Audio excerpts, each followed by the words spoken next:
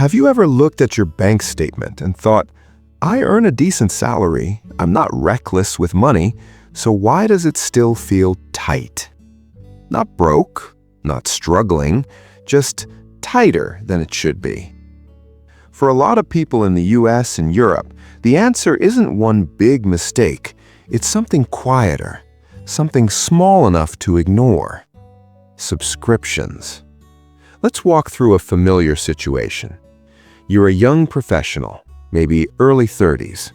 Your take-home pay after tax is around $3,500 a month. In Europe, maybe 2,800 euros. Rent or mortgage takes a big chunk, a car payment or public transit pass, student loan, credit card minimums. None of that feels optional, it's just life.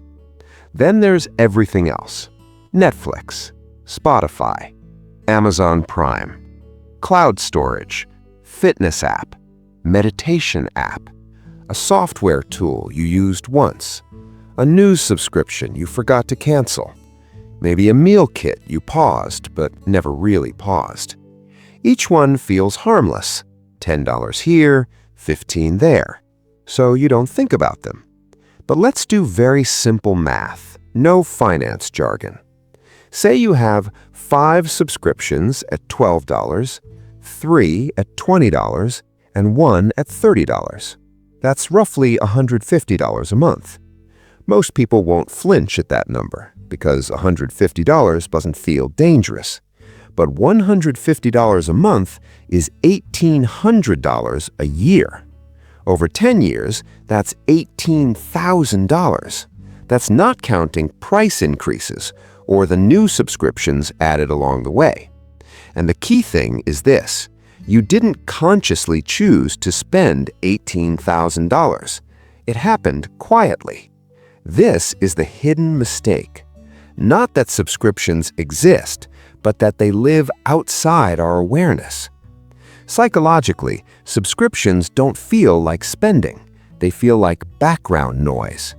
Behavioral researchers call this payment invisibility, when money leaves without triggering emotional resistance. You don't swipe a card, you don't hand over cash, there's no pause to reconsider. So your brain doesn't register loss. And companies know this. That's why free trials exist. That's why cancel buttons are buried. That's why prices are framed monthly, not yearly. Not because you're careless, but because humans are predictable. There's also identity involved. Subscriptions make us feel organized, productive, upgraded. A language app says, I'm improving myself. A fitness app says, I care about my health. A finance app says, I'm responsible. Canceling feels like stepping backward, even if you never use them. Over time, this creates a strange outcome. You earn more, but your fixed monthly baseline quietly rises, not with luxuries you love, but with things you barely notice. And when something important comes up, an emergency, an opportunity, a chance to invest, you feel stuck. Not because you lack discipline, but because too much of your income is already pre-decided. Financially intelligent people don't obsess over cutting everything. They think differently. They see money as attention. If a cost doesn't regularly earn their attention, it doesn't deserve permanence. They don't ask, is this cheap? They ask, would I actively rebuy this today? That question changes everything, because awareness is the real skill here, not restriction, not guilt, just clarity. When subscriptions are visible, they lose power.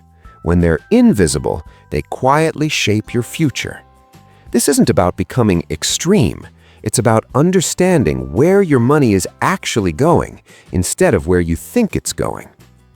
If this helped you see your finances a little more clearly, you can like the video or subscribe for more calm, honest breakdowns like this.